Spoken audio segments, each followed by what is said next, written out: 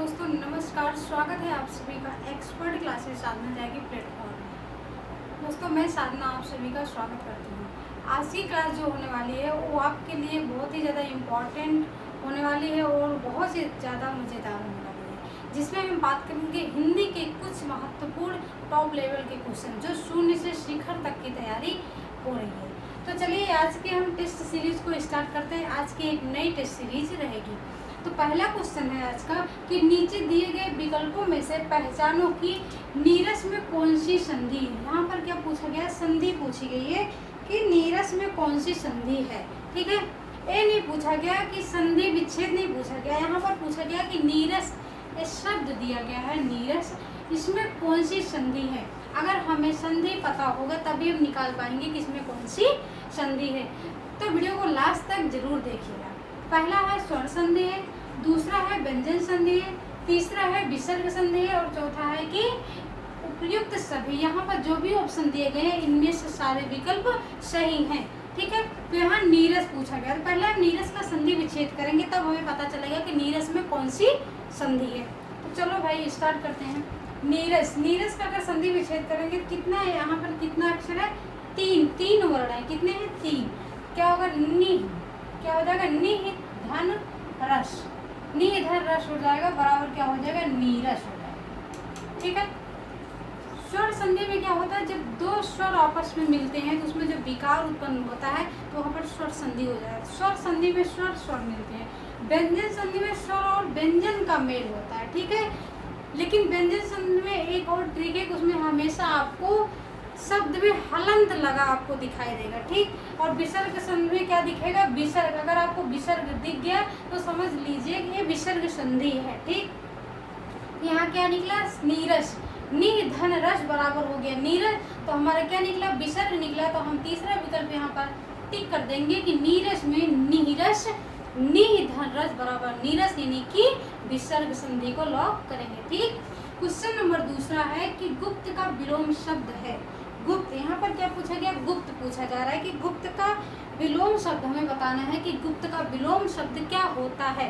ठीक, गुप्त मीन्स क्या होता है, पहले जब तक हम इसका अर्थ नहीं जानेंगे, क्योंकि हम क्या पढ़ रहे हैं, हिंदी पढ़ रहे हैं, जब तक इसका हम अर्थ नहीं जानेंगे तब तक हम उसका कैसे निकाल पाएंगे विलोम शब्द कि क्या होगा गुप्त का। तो गुप्त का क्या मतलब होता है, एक सीक्रेट, जैसे हम गुप्त रखते हैं, किसी कोई बात को हम गुप्त रखते हैं, सीक्रेट रखते हैं, तो उसका उल्टा क्या हो जाएगा, प्रकट हो जाएगा या अगुप्त हो जाएगा, मोक्ष हो जाएगा या फिर इनमें से कोई नहीं। तो गुप्त का मतलब होता है कि कोई किसी बात को किसी के सामने शेयर ना करना, यानी कि सीक्रेट रखना। जब हम उसको शेयर कर देते हैं क्या हो जाए, उसको हम प्रकट कर दिए, यानी कि अपनी बातों को प्रकट कर दिए, अपनी चीज़ों को दूसरे के सामने प्रस्तुत कर दिए, तो वही क्या होगा, विलोम हो जाएगा। तो गुप्त का विलोम क्या हो जाएगा, प्रकट हो जाएगा, यानी कि पहला ऑप्शन हमारा क्या हो गया, राइट हो गया। ठीक है, क्वेश्चन नंबर तीसरा है कि समास का अर्थ है। समास से बहुत क्वेश्चन पूछा जाता है, समास का अर्थ पूछा जाता है और समास का विलोम पूछा जाता है। तो ये दोनों बहुत ही ज़्यादा कंफ्यूजन क्रिएट करते हैं कि समास का अर्थ क्या होता है और विलोम, इसमें दोनों में बहुत ज़्यादा कंफ्यूज होते हैं। तो समास का अर्थ पूछा गया तो क्या हो जाएगा, व्यास हो जाएगा, संक्षेप हो जाएगा, ए बी दोनों हो गए या फिर कोई नहीं होगा। तो समास का अर्थ होता है संक्षिप्तीकरण। क्या होता है, संक्षिप्तीकरण हो जाता है, यानी कि संक्षेप हो जाता है। जब हम चीज़ों को संक्षेप में कहते या लिखते हैं तो वहाँ पर क्या होता है, समास उसे कहते हैं, यानी कि उसी को समास कहते हैं। अगर समास का विलोम पूछा गया, समास का विलोम पूछा गया तब हो जाएगा भैया व्यास। क्या हो जाएगा, व्यास हो जाएगा। समास का जब विलोम पूछा जाए तो व्यास होगा, समास का अर्थ पूछा जाए तो क्या होगा, संक्षेप होगा। ठीक, यानी कि दूसरा विकल्प लॉक हो जाएगा। अब क्वेश्चन नंबर 4 है कि इनमें से कौन आघोष व्यंजन है। घोष और आघोष, घोष पूछा जाए तो पहला, तीसरा, पांचवा, अगर यहाँ पर क्या पूछा गया, आघोष पूछा गया, क्या पर पूछा गया, क्या आघोष, तो हर वर्ण में कितने अक्षर होते हैं, 5 अक्षर होते हैं। जैसे का, खा, गा, घा और अंगा, हर वर्ण में कितने अक्षर होते हैं, 5 अक्षर होते हैं। तो पहला और दूसरा, पहला दूसरा क्या होता है, आघोष होता है। पहला दूसरा क्या होता है, आघोष होता है। दूसरा और चौथा और पांचवा क्या होता है, घोष होता है। क्या होता है, घोष होता है। ठीक है, यानी कि पहला दूसरा अघोष, बाकी घोष। ठीक, आप याद कर सकते हो कि पहला और दूसरा अघोष होता है और बाकी जो तीन होते हैं वो क्या होते हैं, घोष होते हैं। तो यहाँ पर क्या पूछा गया, अघोष पूछा गया है। यानी कि अगर वर्ण का पहला और दूसरा अक्षर मिल जाए तो समझ लीजिए क्या है, अघोष है। तो चलो देखते हैं, चा और छा यानी कि पहला और दूसरा है। ठीक है, खा और गा क्या है, दूसरा और तीसरा है, तो ये तो होगा नहीं। धा और ना, तो ये भी नहीं होगा क्योंकि ता था दा धा ना, तो ये भी नहीं होगा, ये भी कट गया। पा आ फा बा यानी कि दूसरा और कितना है, तीसरा, ये भी कट गया। तो हमें क्या देखना है, पहला और दूसरा, तो यही हमारा राइट हो जाएगा कि इनमें से कौन अघोष व्यंजन है, तो का सॉरी चा और छा हो जाएगा। ठीक, तो दोस्तों अगर अभी तक आपने वीडियो को लाइक नहीं किया है तो लाइक कर दीजिए। अगर आप चैनल में पहली बार जुड़े हैं तो चैनल को सब्सक्राइब जरूर कर दीजिए, साथ ही बेल आइकन को प्रेस कर दीजिए जिससे वीडियो का नोटिफिकेशन आपको मिल सके। क्वेश्चन नंबर 5वां है कि जिस समास का तीसरा पद विशेषण हो, विशेषण का मतलब समझ रहे हो कि तीसरा पद प्रधान हो, जिस समास का तीसरा पद प्रधान हो वह समास है कौन सा। तो पहला है द्विगु समास है, दूसरा कर्मधारय समास है, तीसरा तत्पुरुष समास है, या फिर चौथा बहुव्रीहि समास है। तो जिस समास का तीसरा पद प्रधान हो यानी कि तीसरा पद विशेषण हो वह समास कहलाता है बहुव्रीहि समास। कौन सा समास, बहुव्रीहि समास, यानी कि चौथा विकल्प राइट हो जाएगा। अगर तत्पुरुष की बात करें दूसरा पद प्रधान होगा, कर्मधारय की बात करें तो विशेषण और विशेषता की बात की जाएगी, द्विगु की बात करें तो क्या हो गया, इसमें संख्यावाची होगा, पद कैसा होगा, संख्यावाची होगा। ठीक, क्वेश्चन नंबर 6 है कि चा का उच्चारण स्थान है, यदि हमें चा बोलना है तो उसका उच्चारण स्थान क्या है, इचु यशाना तालु। तो यानी कंठ तो का उच्चारण स्थान होता है का वर्ग का, तालव्य होगा, मूर्धा होगा या फिर ओष्ठ होगा। अगर ओष्ठ की बात करें तो पा फा का होगा यानी कि पा वर्ग का होगा।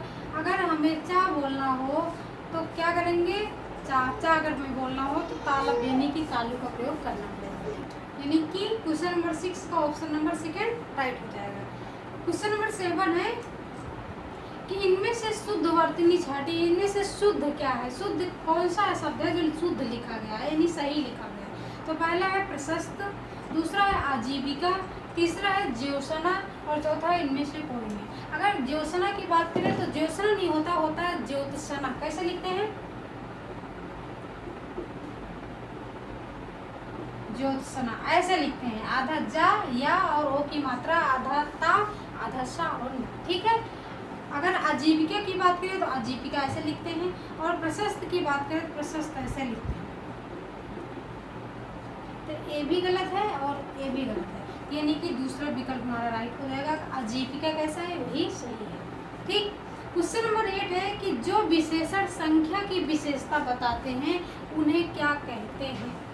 विशेषण कितने प्रकार के होते हैं, विशेषण होते हैं 4 प्रकार के। यहाँ पर पूछा गया है कि जो विशेषण संख्या की विशेषता बताते हैं उन्हें क्या कहते हैं। सिंपल सी बात है, जब संख्या की विशेषता बताया जा रहा है तो यहाँ पर क्या हो जाएगा, संख्यावाचक विशेषण। क्या हो जाएगा, संख्यावाचक विशेषण हो जाएगा। अगर गुण की विशेषता बताते हैं तो गुणवाचक विशेषण, संज्ञा सर्वनाम की विशेषता बताते हैं तो प्रविशेषण, और परिमाण यानी कि क्वांटिटी की बात करते हैं, किलोमीटर लीटर की बात करते हैं तो वहाँ पर परिमाणवाचक विशेषण हो जाता है। जब संख्या की बात की गई तो संख्यावाचक विशेषण हो जाएगा, यानी कि दूसरा विकल्प लॉक हो जाएगा क्वेश्चन नंबर 8। ठीक, क्वेश्चन नंबर 9 है कि किस शब्द में द्वंद्व समास नहीं है। क्या पूछा गया है, यहाँ पर नहीं पूछा गया है कि किस शब्द में द्वंद्व समास नहीं है। ठीक है, तो पहला है माता पिता, दूसरा है चतुर्दश, तीसरा है नीलकमल और चौथा है उपयुक्त सभी। तो क्या पूछा गया यहाँ पर, द्वंद्व समास पूछा। द्वंद्व समास में क्या होता है कि दोनों पद क्या होते हैं, बराबर होते हैं यानी कि प्रधान होते हैं। ठीक, दोनों पद क्या होते हैं, प्रधान होते हैं। और क्या होता है इसमें, और का लोप होता है। और का मतलब योजक चिन्ह जरूर लगा होगा, अगर योजक चिन्ह लगा है तो समझ लीजिए कि वह पद क्या है, द्वंद्व समास है। ठीक है,